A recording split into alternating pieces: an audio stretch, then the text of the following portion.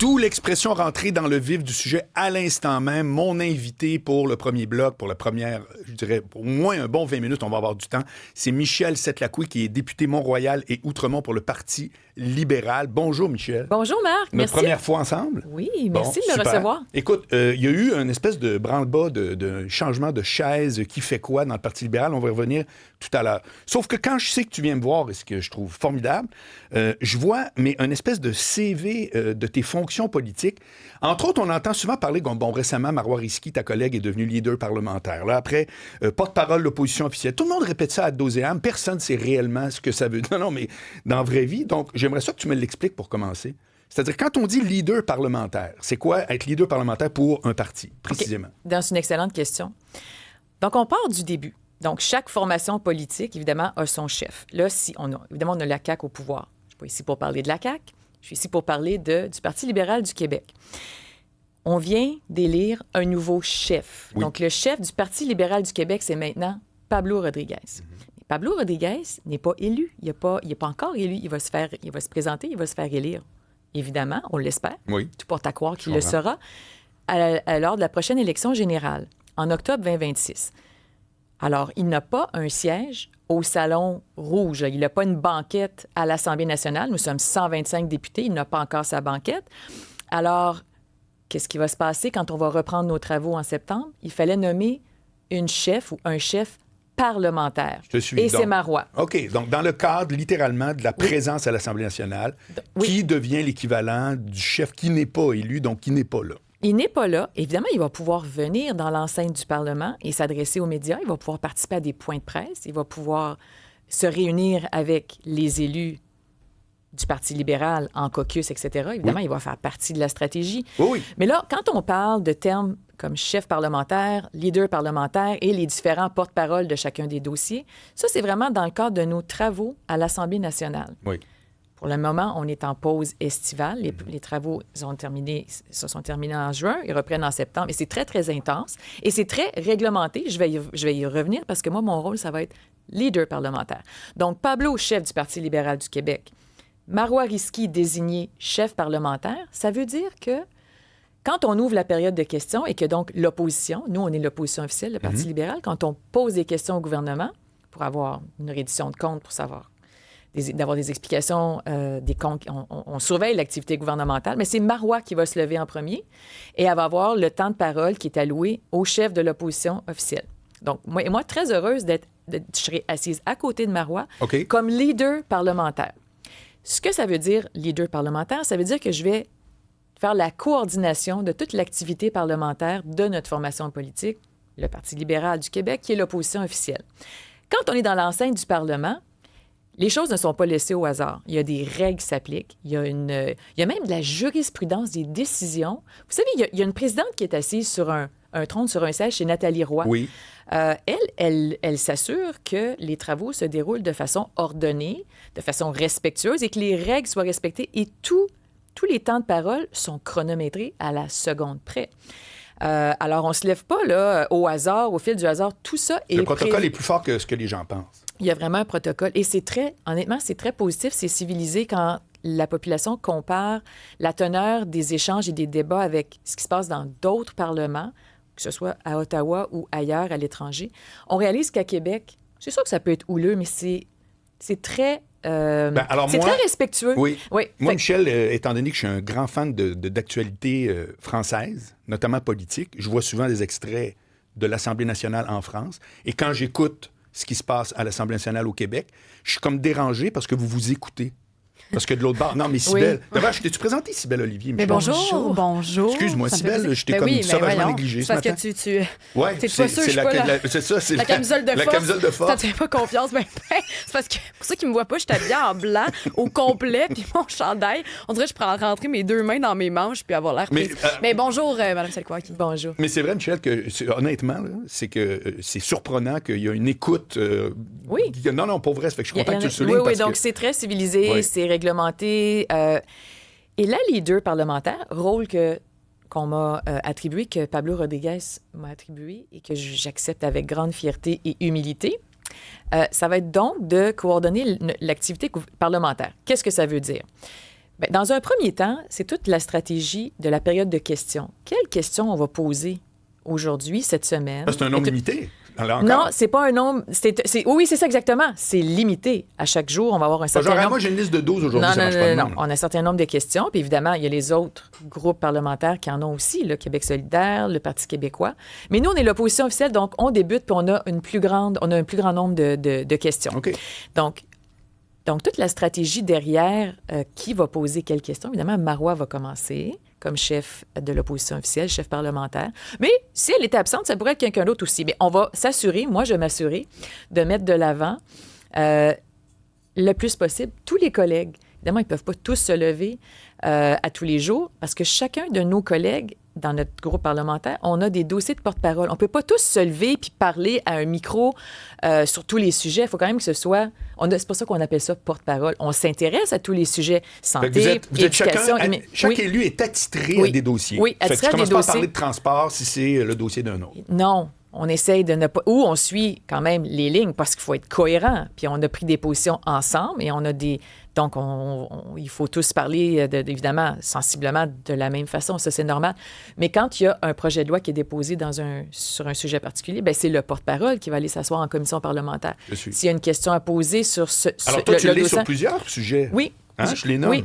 Accès à l'information, protection des renseignements personnels, porte-parole opposition officielle, affaires municipales, cybersécurité numérique. Alors, si vous aviez eu plusieurs députés, bien là, tu ne les aurais pas tous eus. Mais étant donné qu'aux élections, vous n'avez pas eu tant de députés, exactement. À celle-là, attention, les sondages disent autre chose ce matin. Les choses pourraient changer. Tu réagis comment à ces sondages-là? Bon. Où vous êtes près du PQ, qui aurait cru? Bien, je ne cacherai pas, là, c'est sûr que c'est encourageant, ça nous motive. Mais un sondage, c'est comme une capture d'écran. Là. C'est la situation... C'est un Polaroid, hein? Oui, c'est la situation aujourd'hui. On a sondé la population aujourd'hui. Voici leurs intentions de vote aujourd'hui. Ça ne veut pas dire... Tu sais, les choses peuvent changer très rapidement en politique. Moi, ce que ça me dit, c'est... Ça me donne... Évidemment, je trouve ça encourageant. Moi, j'ai appuyé Pablo Rodriguez. Je me dis, bien, il y a un effet. Pablo Rodriguez, c'est positif, on remonte. Mais ce que ça me dit surtout, c'est qu'il faut travailler fort. Puis, on est 20 députés. On veut former le gouvernement. On veut que les Québécois nous écoutent. Donc, on a beaucoup de travail à faire entre aujourd'hui et l'élection en octobre 2026. Autant à l'Assemblée nationale, on veut briller, on veut montrer qu'on a quelque chose de positif à offrir, qu'on a des gens talentueux, qu'on va recruter aussi des gens talentueux. Et il y a tout le travail sur le terrain. C'est ça, Pablo il y a beaucoup de travail à faire là, pour préparer les troupes à la prochaine élection. Il y a beaucoup de candidats recrutés. Il faut premièrement, il s'occupe de... C'est un rassembleur, on le dit souvent. C'est vrai que c'est une personne qui est rassembleuse. Là, il a rallié, évidemment, les différentes équipes. Il y avait d'autres candidats à la chefferie. Là, c'est important que tout le monde travaille ensemble maintenant vers un seul et même objectif, c'est de gagner la prochaine élection. Il faut assurer qu'il y a une bonne cohésion d'équipe. Ça va être une de mes responsabilités avec Marois, avec d'autres, de s'assurer qu'on est unis, qu'on est fort derrière notre nouveau chef. Mais c'est ça, il y a beaucoup, beaucoup de travail à faire sur le terrain pour rebâtir des ponts avec les Québécois partout, dans chacune des régions du Québec. Et c'est drôle, hein, je pense. Tu aurais pu ne pas... comment je dirais ça, donc? Tu me parles en regardant le réel. Tu n'es pas en train de fantasmer sur ce qui va arriver. Moi, je suis très lucide. Non, mais c'est intéressant, je le souligne, parce que c'est pas vrai que c'est... le Parti libéral, non. Pablo est arrivé, ça y est, on a ouvert le champagne. Mais bravo non, pour vous. C'est là, pas dans ma nature non, de me comporter comme ça, de parler comme ça. Est-ce que c'est encourageant? Oui. Mais il y a beaucoup de travail à faire. Puis, on est un parti qui a été au pouvoir pendant, en fait, la plus grande partie de l'histoire du Québec. C'est le Parti libéral qui était au pouvoir, qui était au règne du gouvernement. Mais ça, on peut quasiment le prendre comme un défaut. Possiblement. Non, mais tu vois ce que je veux dire, c'est un plus, puis en même temps, ça peut être un moins. Oui, les gens, mais ce que je veux dire, c'est que c'est quand même un parti qui a une histoire, qui a connu, qui était au règne du Parlement, de l'Assemblée nationale, du gouvernement, à des moments importants dans l'histoire du Québec. Mais ce que je veux dire, c'est que derrière ça, il y avait toute une base militante, il y avait des bénévoles dans chaque circonscription. Il y avait... il y avait une armée là, qui une travaillait armée, pour vous. Mais ça, c'est ce qui faisait la force du Parti libéral. Ça a fondu, ça n'existe plus. Bon, c'est pas disparu, mais quand les gens disent qu'on est devenu un parti de Montréal, bon, c'est un peu réducteur, mais il est vrai que nos députés, donc mes collègues, on est 20, on est presque tous, donc, de Montréal, la grande région de Montréal, Laval. On a André Fortin qui est dans Pontiac.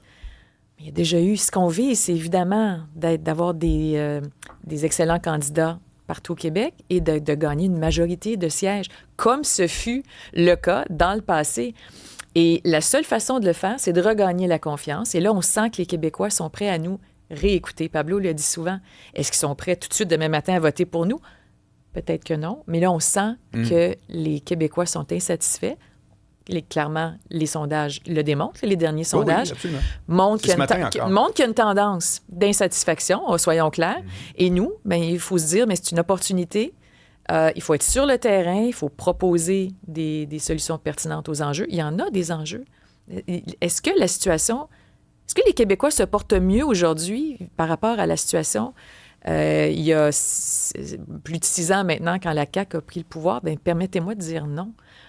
On n'a qu'à regarder en santé les temps d'attente, les délais d'attente pour des chirurgies, ce qui se passe dans les urgences, l'état de nos hôpitaux. Et là, la plus récente tuile, mais franchement, en éducation... Michel Setlacouille, député du Parti libéral pour Mont-Royal-Outremont. Est-ce que c'est toujours la faute du gouvernement quand ça va mal? Quelle bonne question. Mais le gouvernement est au pouvoir pour prendre des décisions, pour exercer un leadership. Il n'est pas le père de 8 millions de personnes qui ont des comportements X. Non, c'est-à-dire qu'il faut une vision, il faut investir l'argent durement gagné des Québécois de façon réfléchie, raisonnable, non improvisée. Et un gouvernement qui est au pouvoir, qui laisse passer des gaspillages éhontés, là, comme dans sa clique. Évidemment, il n'y a pas un seul responsable dans ce dossier-là. Mais il en demeure pas moins que c'est un fiasco, c'est un scandale qui s'est déroulé sous la gouverne de la CAQ. Au moins 500 millions d'argent des contribuables gaspillés. On fait quoi avec 500 millions? On peut construire, là, je simplifie, là. Combien d'écoles? À 50 millions l'école, c'est 10 écoles. Il en manque des écoles au Québec. Là, on est en train de demander aussi aux centres de services scolaires de trouver de façon de respecter des budgets, de couper, de ne pas augmenter leurs dépenses. Mais ce qu'on leur demande, là, c'est un minimum d'un demi-milliard. Alors, il y a de l'argent qui est gaspillé d'un côté. Il y a des chèques électoralistes aussi qui ont été envoyés à presque 100 % de la population à 2 reprises sous la gouverne de la CAQ. Ça représente près de 7 milliards. Vous direz que c'est pas de l'argent récurrent, là, mais on a transmis ces chèques-là. Surtout que si on faisait l'inventaire de tout ce qui se fait pour être à des fins électorales, moi je m'excuse, mais les 5 partis que je connais, là, on pourrait tous vous cocher ici, là, ici. Ça fait que je comprends que tu le dis, là, mais mettons, dans la section, ça m'impressionne, c'est pas dans la bonne colonne. Par contre, j'ai quelque chose à te demander, Michel Setlacouille. Tu es à l'opposition. C'est quoi la ligne qui fait que tu vas dire, là-dessus, je m'oppose au gouvernement pour un projet de loi, n'importe quoi qui se passe à l'Assemblée nationale, et quand est-ce que tu juges que non, ce qu'ils viennent de faire, la CAQ, ça a rapport avec ma ligne, ça a rapport avec la façon que moi je me gérais. Quelle bonne question. Parce que tout le monde est toujours en train de dire, ils font juste chialer, mais c'était toujours bien à l'opposition. Oui. Fais-tu juste chialer? Non, pas moi, puis je suis connue justement pour quelqu'un de mesuré. Je suis pas la plus partisane. C'est drôle, hein? Je suis en politique, évidemment que je suis partisane. Je suis pas atterri au Parti libéral par hasard. Je suis genre, on se met la main devant les yeux, puis on Je suis libérale, et les valeurs libérales sont mes valeurs. Mais quand je joue mon rôle à l'Assemblée nationale, je suis une parmi 125. Je me rappelle à chaque jour, je suis une parlementaire. On est des législateurs. On participe à l'élaboration de projets de loi. Est-ce que tous les projets de loi qui sont déposés par le gouvernement de la CAQ sont mauvais? Mais bien sûr que non, parce que si on commence à s'opposer à tout, puis avoir le couteau entre les dents sur chaque dossier, chaque projet de loi, bien, à un moment donné, on va perdre la crédibilité. Je pense que la population aime ça, voir aussi que l'opposition collabore. Je vais vous donner un exemple l'an dernier. En affaires municipales, c'était un de mes dossiers de porte-parole. La ministre des Affaires municipales dépose un projet de loi pour protéger les élus locaux. Les élus municipaux, malheureusement, font l'objet de plus en plus là, de comportements, des insultes, des menaces. Ils sont entravés, menacés dans l'exécution de leurs travaux. Justement, pour faire un parallèle, à l'Assemblée nationale, tout est réglementé, régimenté, il y a un protocole, il y a des règles à suivre, mais dans le monde municipal... C'est très cabane à sucre. Oui, je suis d'accord. Mais est-ce que je me suis opposée à ce projet de loi-là? En plus, moi, comme ancienne élue municipale, je me suis dit, je vais m'asseoir autour de la table. Puis, premièrement, je vais saluer le dépôt du projet de loi. Puis tu l'as fait? Mais bien sûr. Puis on a voté pour, puis je me suis roulé les manches, puis j'ai joué mon rôle. J'ai questionné la ministre. J'ai proposé aussi des oui, non, amendements c'est pas parce que tu es pour le projet de loi que tu l'adoptes en bloc sans rien dire. On va y réfléchir, on va poser les questions pour bien le comprendre, parce qu'une fois qu'il est adopté, ben c'est un projet de loi qui va s'appliquer à l'ensemble du Québec. Mais moi, je me dis, mon rôle en parlementaire responsable, c'est de dire, ben je vais avoir tout fait. Moi, je vais contribuer aussi à l'améliorer, à voir vraiment tourner chaque pierre pour s'assurer que ce projet de loi a du sens, va servir l'objectif qu'on s'est fixé. Oui. Et j'en étais fière. À contrario, un projet de loi déposé en 2024 sur lequel j'ai siégé qui visait à encadrer les étudiants étrangers. Moi, comme porte-parole en enseignement supérieur, j'ai siégé avec mon collègue en immigration. On était devant Jean-François Roberge. Vous avez dû suivre l'actualité. Les étudiants internationaux dans nos cégeps, dans nos universités, sont une grande richesse. On en a besoin là, pour former des cohortes, pour offrir toute une diversité de programmes partout à la grandeur du Québec. C'est pas juste une question là, d'université anglophone à Montréal. Là. Toutes les universités parlaient d'une seule voix et disaient « Faites attention de ne pas mélanger les étudiants internationaux avec les enjeux d'immigration. On en a besoin. Puis plus on avance dans les ordres d'enseignement, au baccalauréat, il y a beaucoup d'étudiants internationaux dans nos facultés. Mais il y a aussi l'enjeu, Michel, tu reconnaîtras que pourquoi ici, c'est tellement moins cher pour un étudiant d'ailleurs que s'il s'en va à Toronto. Moi, tant qu'à moi, je ne la vois pas logique. Là. Mais les étudiants internationaux, bon, à part les ententes avec certains pays, payent des frais de scolarité beaucoup plus chers. Oui, mais c'est quand même moins que si tu t'en vas ailleurs dans une autre université. Mais donc, on est très attractif, le Québec. Puis Montréal, c'est une ville universitaire, puis nos universités sont attractives et veulent Bref, ce que tu veux dire, c'est que toi, là-dessus, tu as dit... J'étais pas d'accord. J'étais pas d'accord. Là, vous vous ingérez. Puis là, les universités parlaient toutes d'une même voix et disaient... Les étudiants internationaux sont une grande richesse au sens le plus large du terme. Puis c'est pas juste une question de finances pour les universités, c'est une question d'enrichir nos campus. Puis d'aussi, à la maîtrise, c'est une majorité d'étudiants internationaux qui font partie des cohortes. Si on veut faire de la recherche, si on veut innover au Québec... Il reste au lieu de s'en aller à ce niveau-là, c'est ça que tu veux dire. Il faut les garder, il faut les attirer. Michel Setlacouille, qui est mon invité, je suis très content. Cybèle et la bête, ici, qui est Cybèle Olivier, qui va nous lire des textos, parce que tu dis, Michel, qu'il y a des réactions que tu fais, mais on en a aussi, nous autres, en texto. Beaucoup. Le sentiment général, avec les quelques textos, c'est que le Parti libéral du Québec est mené par Pablo Rodriguez est en train d'un peu de devenir une succursale du Parti libéral du Canada. Donc ça, c'est un des commentaires qui est revenu. Je ne sais pas si vous voulez tout de suite réagir là-dessus. Je continue à lire. Puis... Non, c'est intéressant. Oui, je pourrais. C'est faux et c'est pas l'intention et c'est pas l'objectif. Pablo va jamais renier son passé. Il a fait une contribution en termes de service public exceptionnel de plus de 15 ans à Ottawa. Il était un fier Québécois qui est allé défendre les intérêts du Québec à Ottawa. Il a fait partie du gouvernement de Justin Trudeau. Il a occupé des postes, donc whip, leader, parlementaire, etc. Il a tout occupé ces postes-là et il a été ministre. Il a été ministre du patrimoine, qui est la culture, ministre des Transports. Donc, jamais il va renier, mais il a l'expérience. Il ne pourra jamais dire « je suis pas allé à Ottawa ». Bon, bien sûr. Mais Pablo est revenu. Il a commencé au PLQ en l'aile jeunesse. Il a les intérêts du Québec. Il a le Québec tatoué sur le cœur. Et là, il revient parce qu'il regarde ce qui se passe au Québec puis il dit, moi, je peux poursuivre ma contribution. J'ai encore beaucoup à donner. Mon engagement n'est pas terminé. J'aimerais... Son ambition, c'est d'être premier ministre du Québec, puis moi, j'y crois. Mais certainement pas comme succursale du Parti libéral du Canada. Est-ce qu'il y a des valeurs communes avec le Parti libéral du Canada? Bien sûr, là. C'est le brand, entre guillemets, permettez-moi l'expression, libéral. Mais le Parti libéral du Québec n'a jamais été une succursale du Parti libéral du Canada. Il y a des distinctions et Pablo va maintenir ces distinctions-là. Puis c'est Québec d'abord, puis c'est les intérêts du Québec avant tout. Autre question, Sybèle? Oui, il y a quelqu'un qui nous dit les libéraux ont été au pouvoir, c'est Hélène de Lac-Saint-Jean. Les libéraux étaient au pouvoir pendant 15 ans, les hôpitaux et les écoles étaient déjà en mauvais état. Alors, comment vous faire confiance pour améliorer ce qui se passe présentement? C'est une excellente question. Oui, il y a toujours du travail à faire sur les infrastructures, les hôpitaux et les écoles, effectivement. Mais quand les libéraux étaient au pouvoir, je vais le dire comme je le pense, les services étaient meilleurs. On a laissé le gouvernement libéral en 2018, quand on a été forcé de remettre les clés du gouvernement à la CAQ. Il y avait un surplus de, il me semble, c'est 7 milliards. C'est 7 milliards. Et là, 6 ans plus tard, on se trouve en déficit de presque 14 milliards. Ah, mais là, et est-ce que les choses vont mieux? Ouais. La réponse est non. l'état des infrastructures se détériore et les services, la qualité des services se détériore aussi. Michel, on va finir là-dessus parce que c'est fort intéressant, mais j'ai d'autres invités. Mais non, mais par rapport aux chiffres, on a laissé un surplus, whatever. Il y a un adage que j'aime beaucoup qui dit les chiffres, c'est comme les gens. Quand on les torture un peu, on leur fait dire ce qu'on veut. Ça fait que s'il y a un déficit ou s'il y a un surplus, ça veut dire qu'on a peut-être coupé sauvagement à droite ou à gauche. Bref, c'est très intéressant comme réponse, mais je fais juste faire un petit bémol que moi, ça ne m'impressionne pas quand je dis, puis on le voit, que tel gouvernement a laissé un surplus. Des fois, c'est parce qu'il y a eu des coupures à la hache, puis l'autre est en déficit, mais c'est peut-être nécessaire pour amener les choses ailleurs. Mais bref, tu te défends fort bien, c'est très intéressant. Michel Setlacqui, député Mont-Royal et Outremont pour le Parti libéral. Merci beaucoup. Merci.